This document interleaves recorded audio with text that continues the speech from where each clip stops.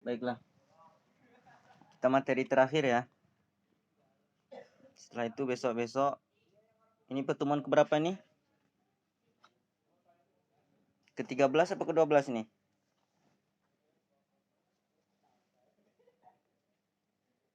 Galuh.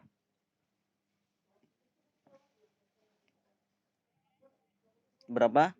13. 13 ya kan? Oke.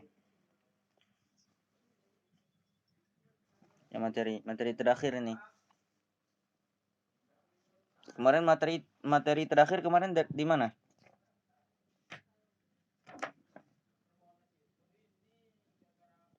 Koni. Pertemuan kemarin gimana?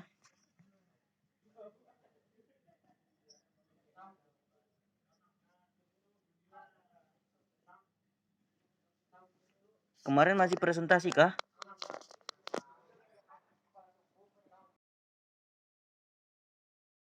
Kelompok mana ikannya ada nggak? Kemarin judul makalah kalian apa?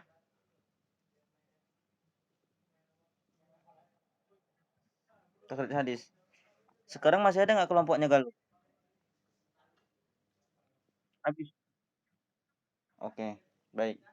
Kemarin sampai takrit hadis ya. Sekarang materi terakhir adalah etika ahli hadis. Etika ahli hadis.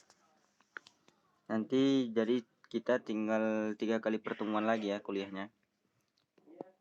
Sekarang 13. 12 atau 13 sih?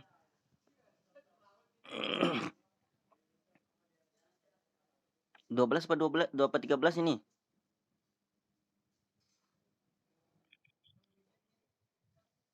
13.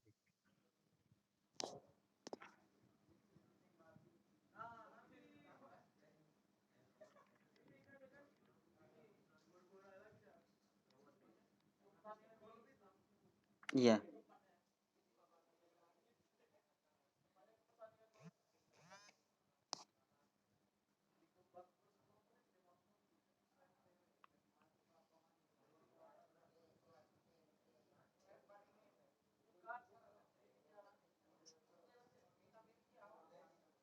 Keberapa lu?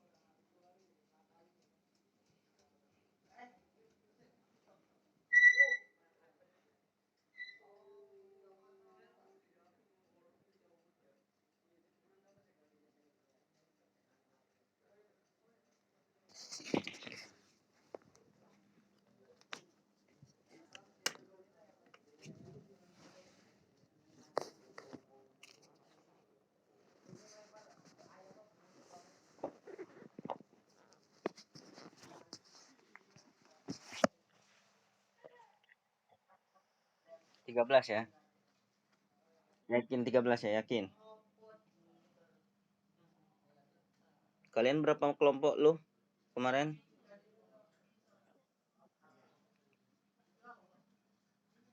9 ya. Baik. Bismillahirrahmanirrahim.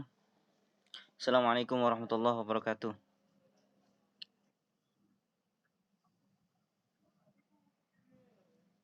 Alhamdulillah. Salatu wassalamu ala sayyidina Muhammadin Mustafa wa ala alihi wa sahbihi ahli sidqi wal wafa. Qala ta'ala wa ma yantiqu 'anil hawa in huwa illa wahyu yuha wa qala Nabi sallallahu man kadzaba 'alayya muta'ammidan falyatabawwa maq'adahu 'alan nar. Atau kama qala Nabi sallallahu alaihi wasallam.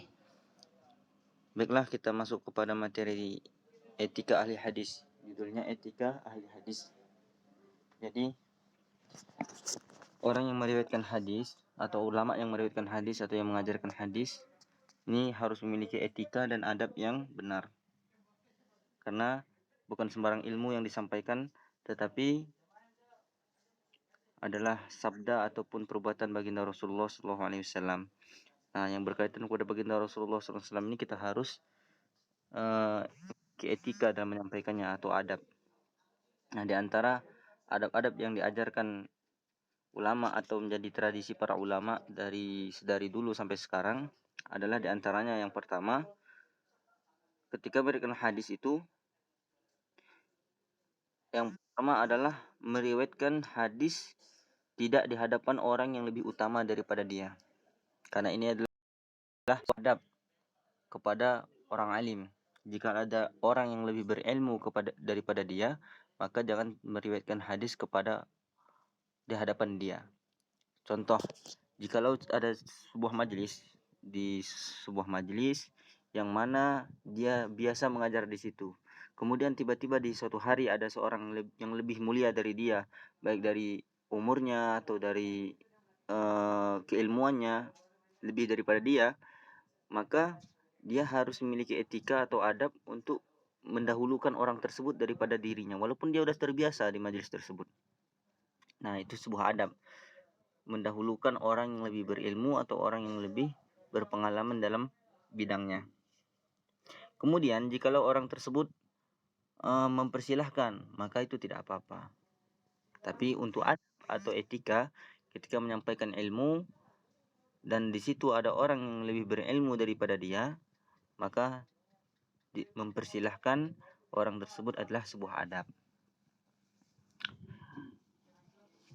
Namun ketika ia diminta untuk mengajarkan suatu materi yang telah ia kuasai dengan baik, meski terdapat orang yang lebih utama darinya, tetap dapat dibenarkan, walaupun ada orang lain yang lebih berilmu dari dia, tapi yang ditunjuk ketika itu adalah dia.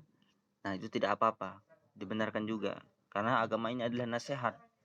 Ad-dinu nasihah, kata Rasulullah. Agama itu semuanya adalah nasihat, dan mengambil nasihat itu dari siapa saja. Kata Sina Ali itu, undur makol wala tandur mankol. Lihatlah apa isi, esensi daripada nasihat tersebut. Jangan lihat siapa yang berikan penyampaiannya. Jangan melihat siapa yang menyampaikan materi. Jangan melihat apa yang jangan melihat siapa yang berbicara.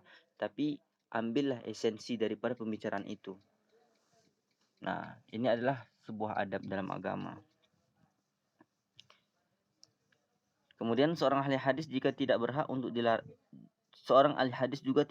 untuk dilarang meriwayatkan suatu hadis hanya karena lantaran niatnya kurang baik, karena niat seorang masih dimungkinkan untuk berubah seiring perjalanan waktu. Namun hendaknya seorang yang menekuni disiplin ilmu hanya berharap pahala dari Allah SWT, bukan yang lainnya. Nah, mentang-mentang misalnya ada orang yang kurang baik di pandangan kita dalam menyampaikan ilmu, terus ujung-ujung kita melarang dia menyampaikan ilmu di depan orang banyak. Ini tidak bagus juga, karena kita tidak tahu apa isi hatinya. Wala tuzakku anfusakum, jangan pernah merasa diri kita lebih baik. Seperti itu.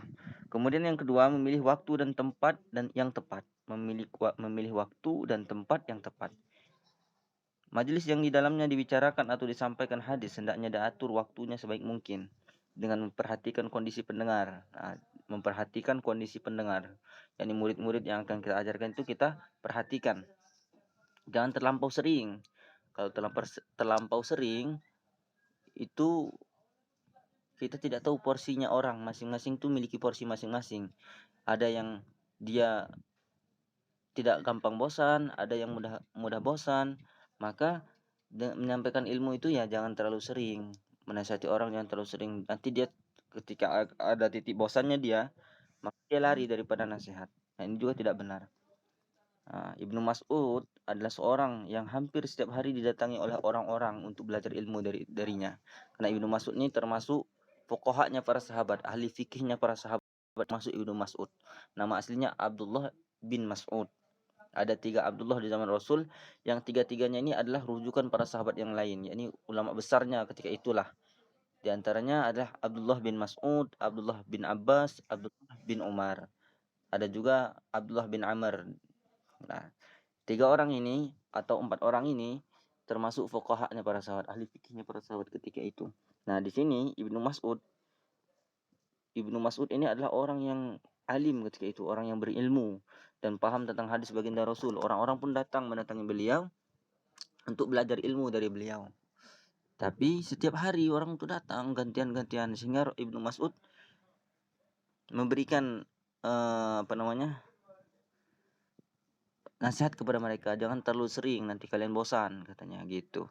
Sehingga ditetapkanlah waktu, sesuai kesepakatan mereka, ditetapkanlah waktu oleh Ibnu Mas'ud kalau mau belajar dengan saya setiap hari Kamis. Maka beliau pun menetapkan waktu setiap hari Kamis untuk mengajarkan kepada orang-orang hadis baginda Rasulullah Shallallahu Alaihi Wasallam. Kemudian Ibnu Abbas ini Abdullah bin Abbas ya, sepupunya baginda Rasulullah Shallallahu Alaihi Wasallam, seorang yang alim juga, termasuk fuqahanya para sahabat juga ketika itu, yang mana pernah didoakan oleh Rasulullah Shallallahu Alaihi Wasallam untuk keilmuan dia. Jadi tidak diragukan bahwa beliau ini orang yang sangat beralim, baik di dalam bidang hadis ataupun terutama dalam bidang tafsir, karena doanya Rasulullah SAW untuk beliau. Ketika itu Rasulullah SAW bangun dari tidur, yang mana Rasulullah SAW yang mana pada malam itu Abdullah bin Abbas tidur bersama Rasulullah SAW di rumahnya bersama bibinya Ibnu Abbas ini. Maka ketika Rasulullah SAW bangun, dilihatnya sudah disediakan air untuk Rasulullah SAW berwudu. Maka ditanyalah, siapa yang menyediakan air ini? Dijawab, yang menyediakannya adalah Ibnu Abbas. Maka Rasulullah SAW pun mendoakan kepada Ibnu Abbas, Allahumma faqihu fid din wa 'allimhu ta'wil. Ya Allah, faqihkanlah dia dalam perkara agama, yakni pahamkanlah dia dalam perkara agama, halal haram, makruh sunnah dan sebagainya, itu perkara agama yang berkaitan dengan fikih. Kemudian dan ajarkanlah ia ilmu tafsir Al-Quran. Maka tidak diragukan lagi kealimannya Abdullah bin Abbas, sebab doa baginda Rasulullah Sallallahu Alaihi Wasallam. Beliau menasihati, yakni Ibnu Abbas menyarankan, nasihatilah orang-orang satu Jumat satu kali. Jika tidak, 2 kali. Dan jika ingin lebih, 3 kali. Jangan lebih dari 3 kali. Maka orang pun akan merasakan bosan. Jika setiap hari terlampau banyak nasihat yang diberikan, orang pun akan bosan. Karena kapasitas orang pun beda-beda.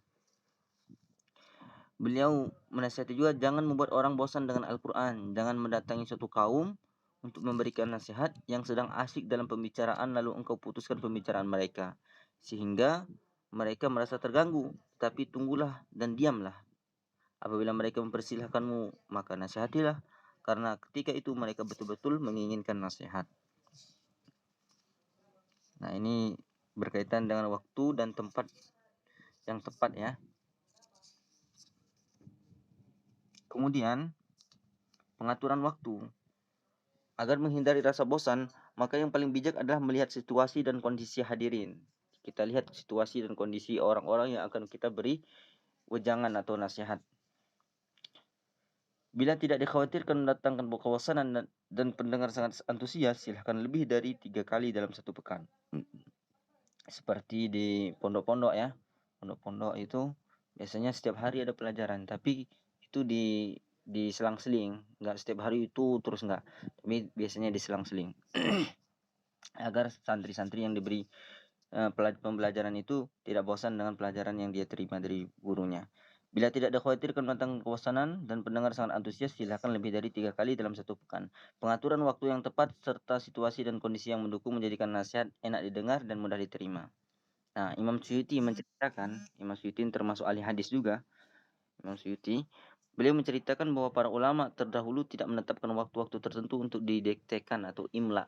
Metode imla ini adalah sebuah metode dalam ta'lim wa ta'lum atau belajar dan mengajar, yakni dengan cara guru membacakan atau menyebutkan hadis atau pelajaran, sedangkan murid menulis dari pembicaraan guru tersebut. Itu namanya imla atau pendiktean. Hanya ada di antara mereka rutin melaksanakan setiap selesai sholat Jumat. Ada ulama itu yang menetapkan waktu setiap selesai sholat Jumat, beliau membuka majelis. Kemudian orang-orang pun datang dengan cara mendengarkan apa yang dibicarakan oleh guru. Dan di antaranya ini adalah Al-Khatib Al-Baghdadi. Beliau setiap habis sholat Jumat, beliau mengajar kepada murid-muridnya. Jadi seminggu sekali. Di antaranya juga Ibnu Sam'ani. Kemudian di antaranya juga Ibnu Asakir.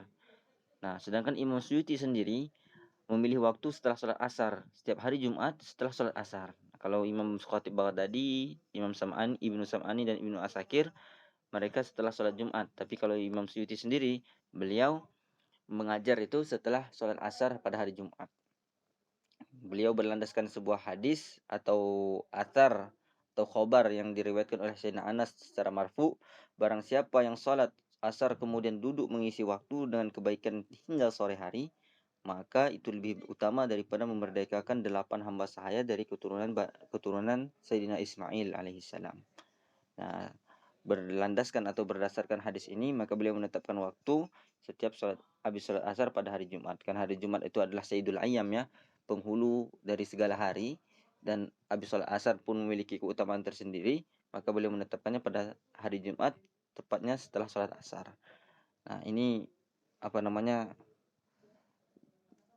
beberapa ulama kita memiliki cara masing-masing dalam menyampaikan ilmu. Dalam satu kali pertemuan jangan terlalu lama waktunya. Ini pun akan membuat orang bosan. Kalau terlalu lama, terlampau lama, murid-murid pun akan tertidur. Bukan lagi nasihat yang masuk ke dalam pemikiran mereka, tapi malah keenakan tidur. Nah, jangan sampai seperti itu. Tapi ditentukan waktu paling lama lah 1 jam atau setengah jam. Cukup 3 hadis. 3 hadis biasanya itu ulama menyampaikan 3 hadis, kemudian beliau menerangkan makna ijmalinya, makna secara global hadis tersebut, kemudian makna yang tersirat dari hadis, kemudian habis itu fikih yang bisa diambil kesimpulan hukumnya dari hadis yang disampaikan. Tidak terlalu panjang waktunya, cukup itu tiga hadis tapi secara detail.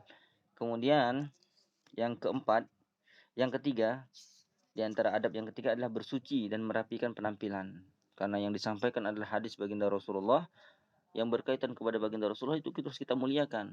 Nah, begitupun dengan ucapan beliau walaupun sudah berupa tulisan. Nah, itu seolah-olah Rasulullah SAW sendiri yang beri nasihat kepada murid-muridnya melalui lisan kita. Maka kita menyampaikan nasihat tersebut harus dengan adab dan tata krama yang benar. Itu adalah sebuah etika dalam menyampaikan hadis baginda Rasulullah Shallallahu Alaihi Wasallam. Kata Imam Suyuti mengutip riwayat dari Khalid bin Yazid, beliau berkata, menghormati hadis Nabi Sallallahu Alaihi Wasallam sama seperti menghormati kitab Allah. Nah, menghormati hadis itu sama kedudukan seperti menghormati Al-Quran. Maka harus kita hormati. Dan menghormatinya dengan cara bersuci, kemudian berpenampilan yang rapi, kemudian harus hati-hati dalam menyampaikannya. Ini cara menghormati hadis baginda Rasul. Seperti Imam Malik juga termasuk. Imam Malik ini adalah orang yang sangat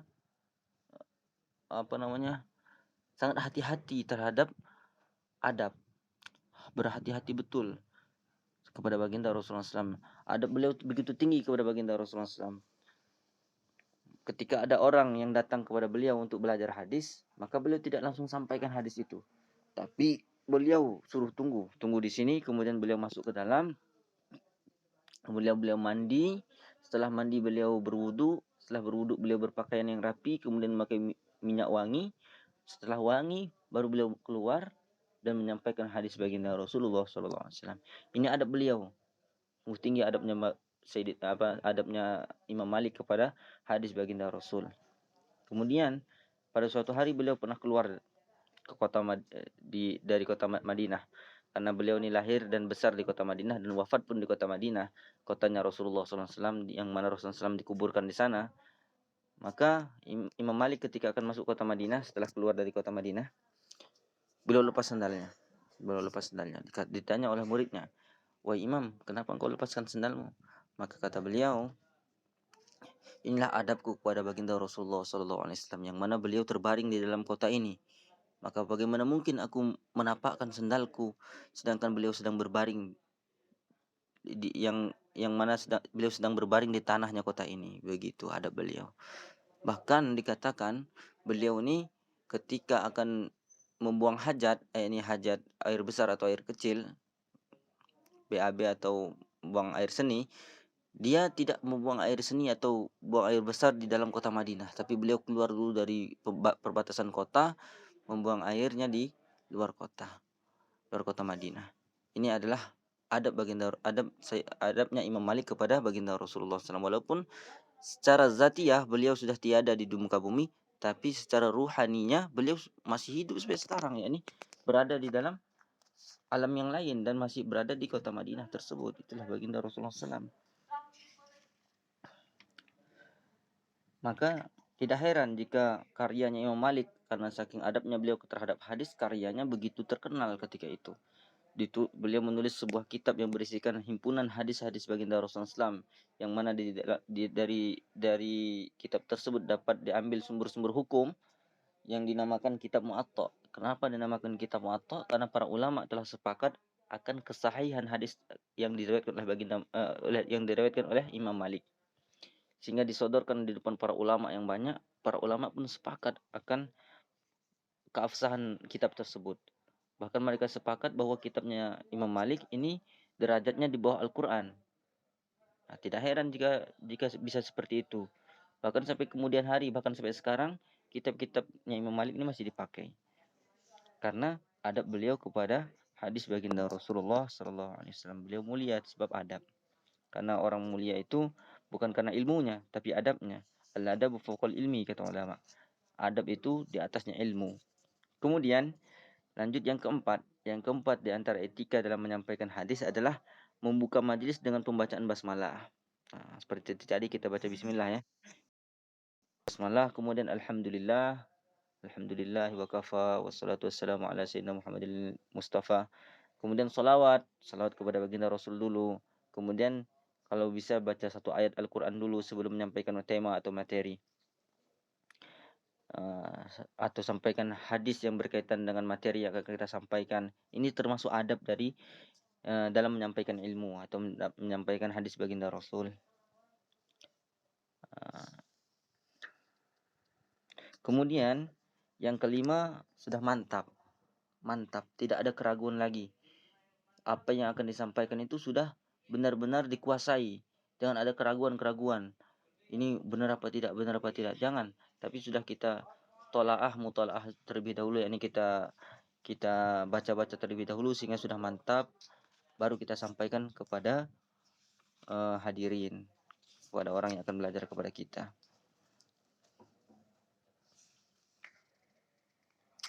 Kemudian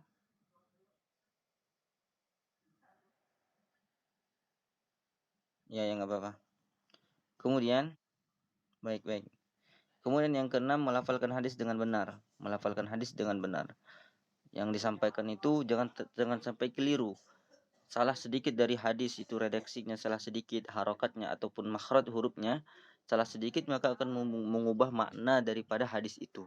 Maka jangan sampai ada kesalahan baik dalam makhrajul huruf sedikit huruf ini berganti makhrajnya atau bunyinya, maka akan berubah maknanya.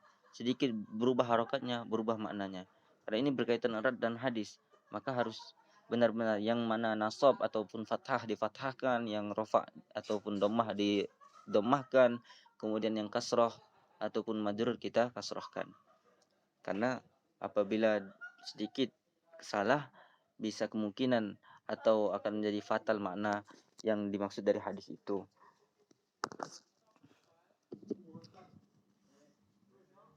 Tidak apa-apa kita agar tidak ada kesalahan. Jangan mentang-mentang kita sudah hafal lalu kita sampaikan tidak memakai kitab. Tidak apa-apa kita menyampaikannya dengan kitab agar tidak ada kesalahan. Ini lebih hati-hati.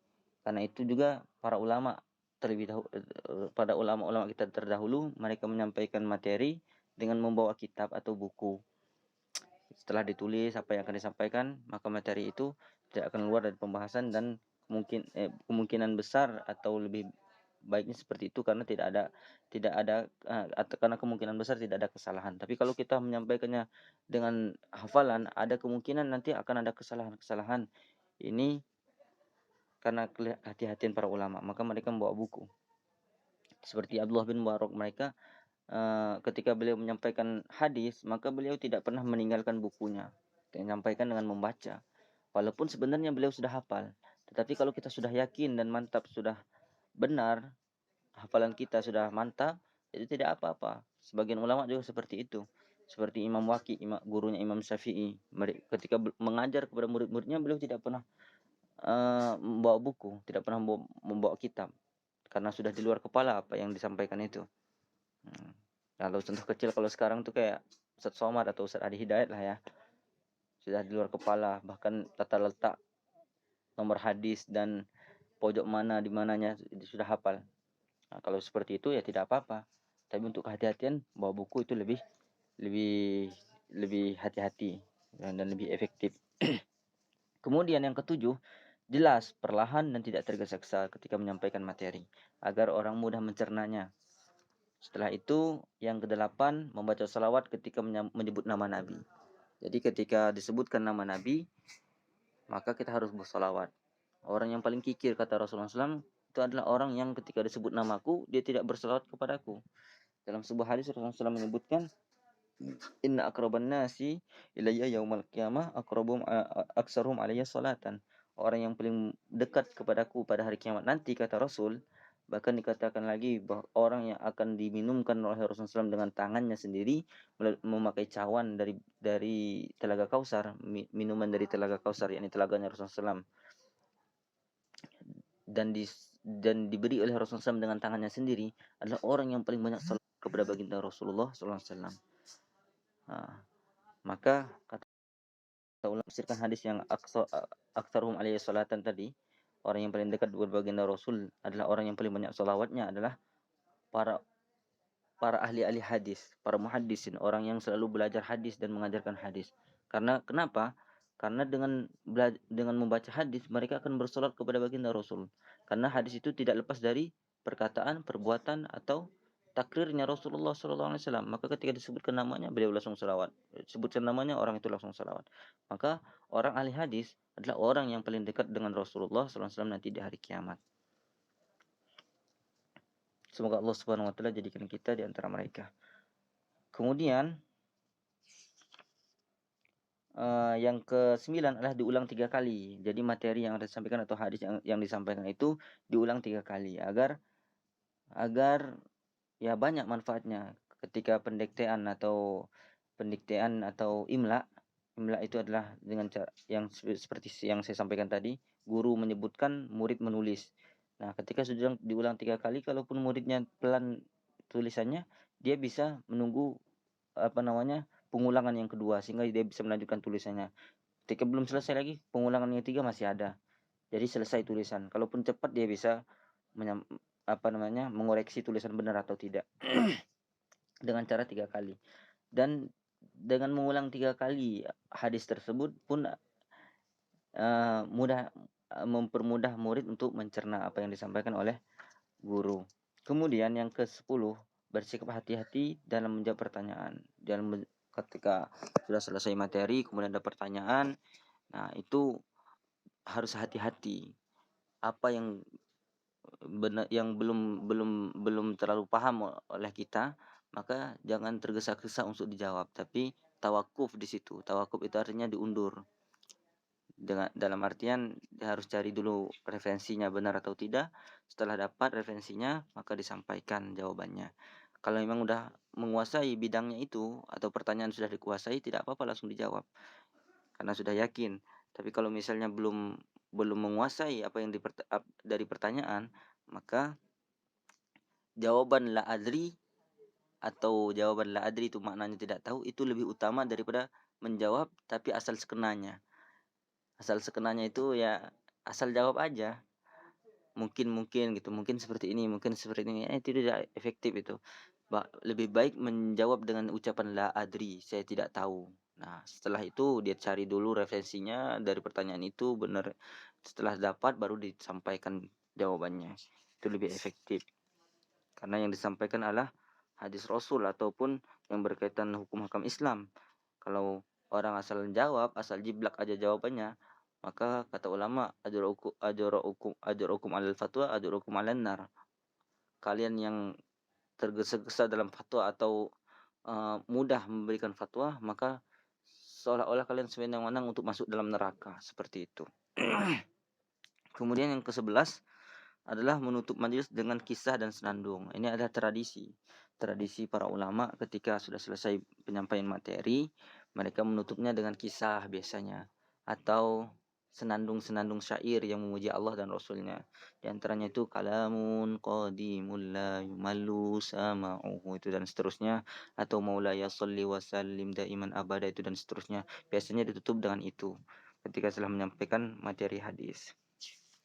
Nah, itu kemudian kalau sudah mau ditutup betul, setelah ada pertanyaan dan sudah selesai ditutup dengan istighfar. Dan istighfarnya adalah subhanakallahumma wa bihamdika asyhadu an la ilaha illa anta astaghfiruka wa atubu ilaik. Itu istighfarnya ketika setelah selesai karena kemungkinan ada salah atau silaf dalam penyampaian, khilaf dalam penyampaian dengan membaca subhanakallahumma wa bihamdika asyhadu an la ilaha illa anta astaghfiruka wa atubu ilaik, akan Allah Subhanahu wa taala hapuskan kesalahan-kesalahan dalam majelis tersebut. Mungkin itu aja materi yang saya sampaikan dalam pertemuan ini. Kalau ada pertanyaan silakan bertanya.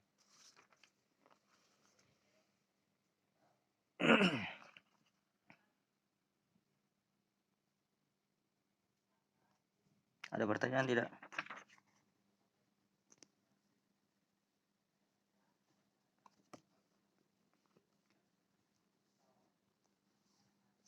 Ada yang bertanya?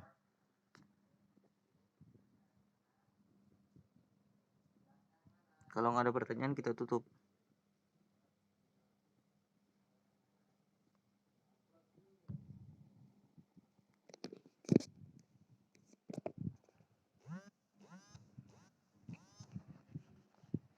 Ada pertanyaan yang berkaitan dengan materi?